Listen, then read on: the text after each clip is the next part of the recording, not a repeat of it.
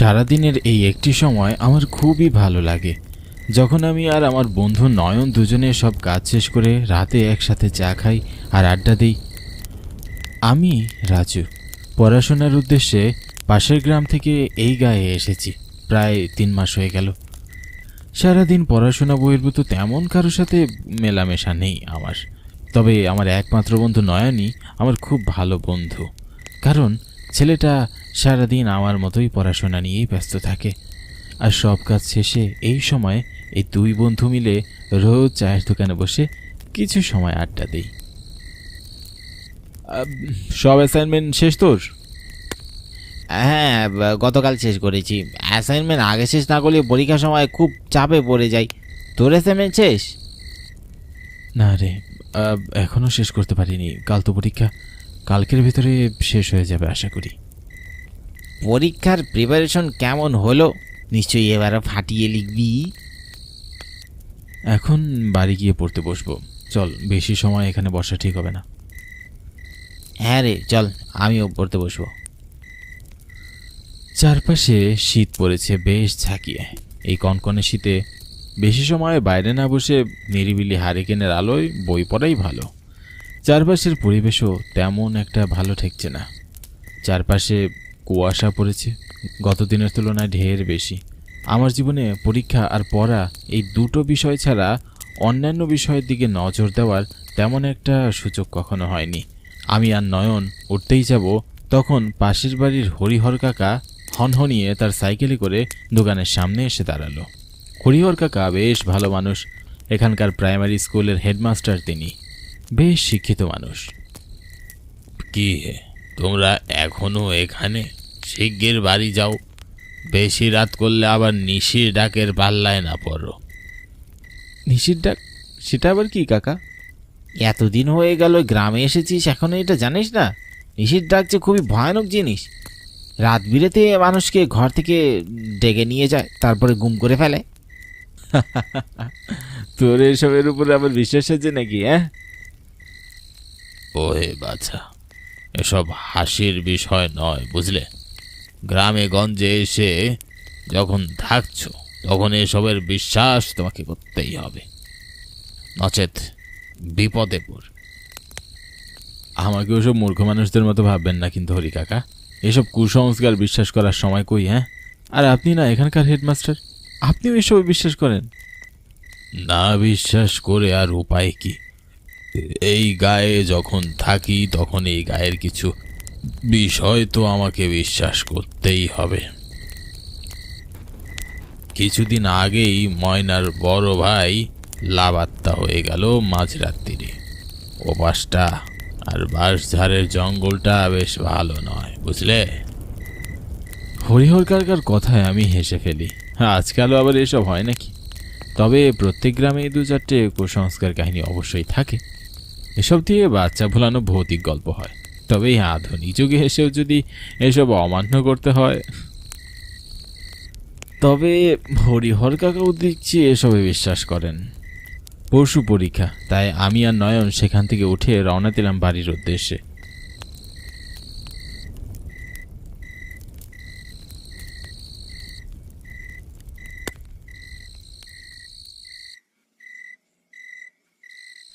পথিমধ্যে যেতে দূরে ওই বাঁশঝাড় জঙ্গল রোজই চোখে দেখি।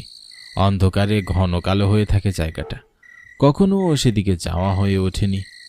আজও নয়ন আর আমি যাওয়ার পথে দূরে ওই বাঁশঝাড় জঙ্গল দেখছিলাম। এমন সময় নয়ন বলল, ওই দেখ রাজু, ওটাই বাঁশঝাড় জঙ্গল। ওটার কথাই বলছিল হরি কাকা। ভুলেও সেখানে যাস না কিন্তু। কেন? গেলে কি হবে? শুনেছি ওখান থেকে নাকি নিশি ডাকিনি বেরোয়। সে একবার কারো দিকে নজর দিলে তাকে বাড়ি থেকে টেনে হিচড়ে নিয়ে যায়। বলি, এত পড়াশোনা করে তোর লাভটা কি হচ্ছে বল, যদি এখন এসব কুসংস্কারেই বিশ্বাস করিস? কুসংস্কার না রে, ওদিকে আমরা দিনের বেলাতেও যেতে ভয় পাই। শুনেছি নিশি ডাকিনি খুবই ভয়ানক দেখতে, যে একবার দেখে সে নাকি ভয়ে পাথর হয়ে যায়। তাই নাকি? তবে আমি আজ নিশি ডাকিনীকে দেখে তোকে জানাচ্ছি যে কেমন দেখতে, ঠিক আছে? মানে কি বলছিস কি তুই? মানে আমি এখন ওই বাঁশঝাড়ের কাছে গিয়ে ওই নিশি ডাকিনীকে ডেকে আসবো, তারপর প্রমাণ হয়ে যাবে এসব সত্য নাকি কুসংস্কার। পাগল হয়ে গেছিস তুই, খবরদার ওখানে যাস না। তো সেই নিশি ডাকিনীকে আজকে সামনে থেকে দেখেই ছাড়বো। রাজু, যাস না বলছি, যাস না ওদিকে।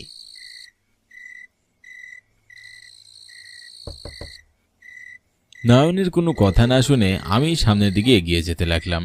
চারপাশে বাঁশের ঘন জঙ্গল, জায়গায় জায়গায় অন্ধকার বাঁশের স্তূপ। দেখে মনে হচ্ছে প্রত্যেকটা বাঁশঝাড় যেন মাথাচাড়া দিয়ে বিশাল দেহী কোনো মানুষে রূপান্তরিত হয়ে আছে। এসব কুসংস্কারে বিশ্বাসী নই আমি, তাই আজ সবাইকে এসব ভেঙে দিয়ে দেখিয়ে দিব এই সবই কুসংস্কার। বাঁশঝাড়ের ভিতর থেকে কেমন একটা পোড়া পোড়া গন্ধ আসছে। খুব সম্ভবত কোনো জায়গায় আগুন লাগলে যেমন গন্ধ হয় তেমন, তবে কোথাও কোনো আগুনের ছিটাফোঁটা নেই। কিছুটা বিস্ময়ের সহিত সামনে এগিয়ে বাঁশঝাড়ের মধ্যবর্তী স্থানে দাঁড়ালাম।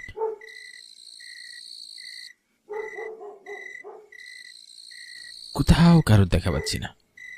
খানিকটা জোরেই চিৎকার করে বললাম, নিশি ডাকিনি, কোথায় তুমি? সামনে এসো, সামনে এসো। কি হলো, সামনে এসো বলছি। আমার আওয়াজেই যেন চারপাশটা কম্পিত হলো। কোথাও কোনো জনমানবের চিহ্ন পেলাম না। তাতে স্পষ্ট এখানে কোনো নিশি ডাকিনী অথবা এমন কোনো বস্তুর কোনো উপস্থিতি নেই।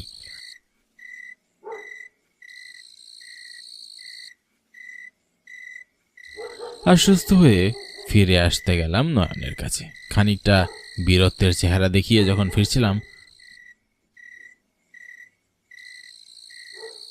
নয়নকে দেখে বেশ ভীত মনে হলো। আমি নয়নের কাছে গিয়ে বললাম, কিরে, কোথায় তোর ডাকিনি?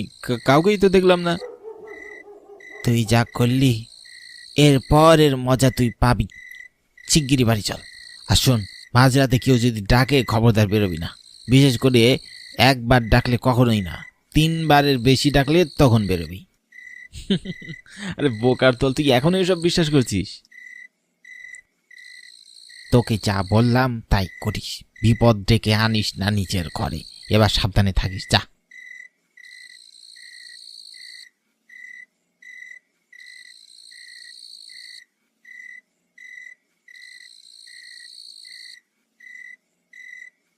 বাড়ি এসে বই খুলে এক মনে পড়তে লাগলাম। বই পড়া শুরু করলে অন্যদিকে খেয়াল করার সময়ও পাই না আমি। তার উপর আগামীকাল সকালে পরীক্ষা, অন্য কোথাও মনোযোগ দেওয়ার সময় একেবারেই নেই। এক মনে যখন আমি পড়ছিলাম, হুট করে বাইরে থেকে কিসের যেন একটা শব্দ এলো। খুব সম্ভবত কেউ দৌড়ে বেড়াচ্ছে আমার বাড়ির চারপাশ দিয়ে। খুব সম্ভবত কোনো কুকুর কিংবা শিয়ালের আওয়াজ নয়, কারণ কুকুর 4 পায়ের প্রাণী। যা আওয়াজ শুনছি তাতে মনে হচ্ছে 2 পায়ের কোনো মানুষ। এত রাতে কোনো মানুষ কেন আমার ঘরের চারপাশে দৌড়াবে? প্রথমে মনের ভুল ভেবেছিলাম, কিন্তু পরবর্তীতে আওয়াজটা আরও তীব্র হলো। বারবার পড়ায় ব্যাঘাত ঘটছে, তাই সিদ্ধান্ত নিলাম বাইরে গিয়ে দেখব কেউ দৌড়াচ্ছে কিনা। যেমন ভাবা তেমন কাজ। আমি উঠে দরজা খুলে বাইরে বেরিয়ে উকি মারতে গেলাম।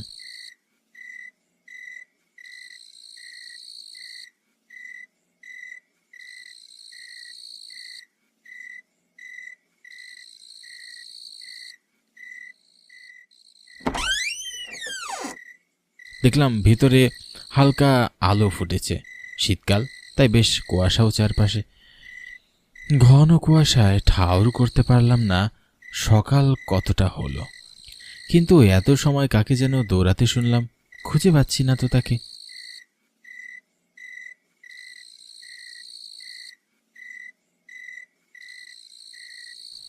মনের ভুল ভেবে আমি ঘরে এসে পড়তে বসলাম।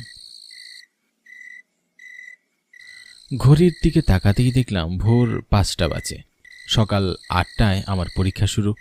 পড়ার জন্য বেশি সময় পাওয়া যাবে না আর।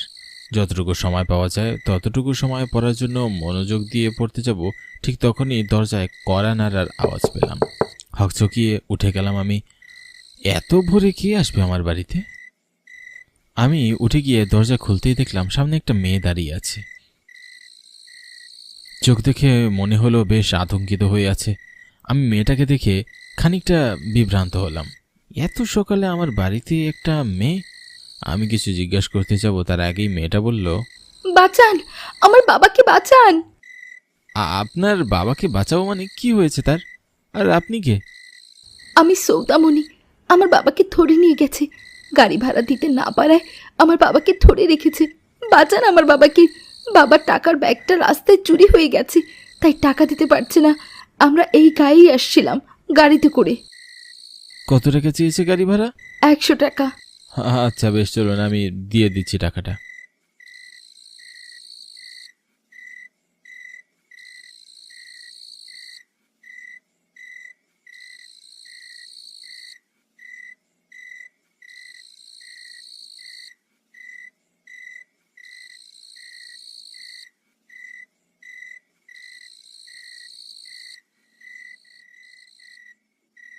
কিছুক্ষণ পরেই পরীক্ষা, তাই আমি আরেকবার পুরো প্রস্তুতি নিয়েই বেরিয়ে পড়লাম।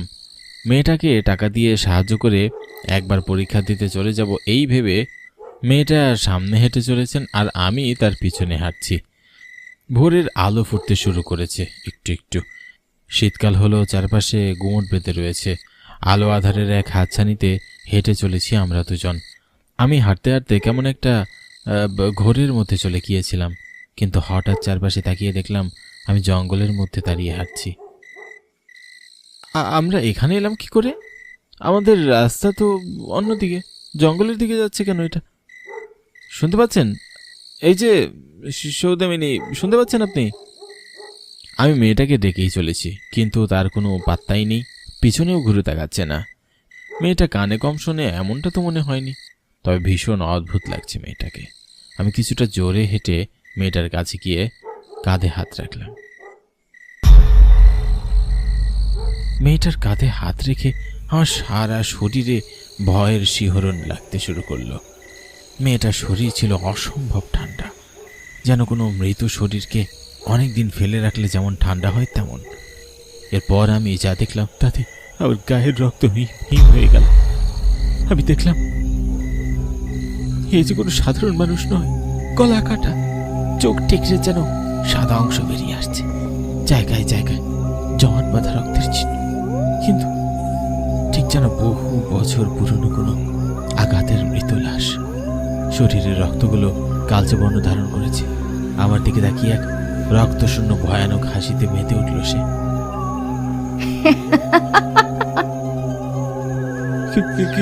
কে তুমি?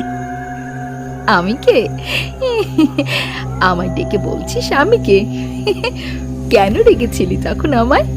আমি তো তখন থেকেই তোর পেছনে লেগেছি। নিশি ডাকিনি? ওর কথা শুনে আমার বুঝতে আর বাকি রইল না যে আমি চরম বিপদে পড়েছি। নাওনের কথা আমার শোনা উচিত ছিল। আমি কখনো এসবে বিশ্বাস করিনি, তাই এই মহাবিপদে বললাম। আমি আর কোনো কিছু চিন্তা করার সময় পেলাম না। সৌদামিনী তার এক হাতে আমাকে শূন্য তুলে ধরল। আমার গলার নলি ছিঁড়ে যাওয়ার উপক্রম হলো, নিঃশ্বাসও দিতে কষ্ট হচ্ছে। ছেড়ে দাও, ছাড়ো। ছাড়বো না, আমি তোর পেছন ছাড়বো না। তুই যেখানেই থাকিস আমি তোকে ঠিকই নিয়ে যাব। শূন্য তুলে ছুঁড়ে ফেলে দিল সে আমায়। আমি মাটিতে পড়ে আওয়াজ করার সাহস পেলাম না। কোনো মতে উঠে দৌড়াতে শুরু করলাম। পায়ে ভীষণ ব্যথা পেয়েছি, কিন্তু সেইভাবেই দৌড়াতে লাগলাম আমি। পিছন থেকে সৌদামিনীর চিৎকার ভেসে আসলো কানে।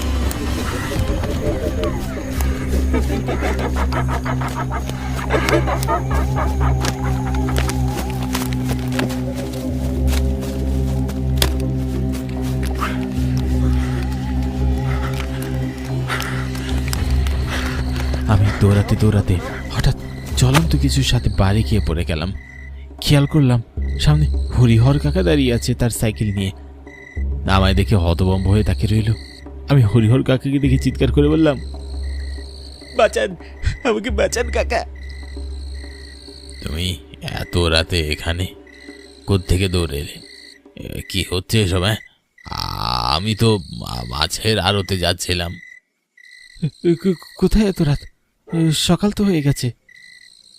বলি, পাগল হলে নাকি? চারপাশে তাকিয়ে দেখো, এখনো সকাল হতে ঢের দেরি, তবে রাত 3টে বাজে। কি? কিন্তু সকালবেলায় তো আমি বেরোলাম। হরিহর কাকার কথা মতো চারপাশে তাকিয়ে দেখলাম সত্যি এখনো অন্ধকার চারপাশে।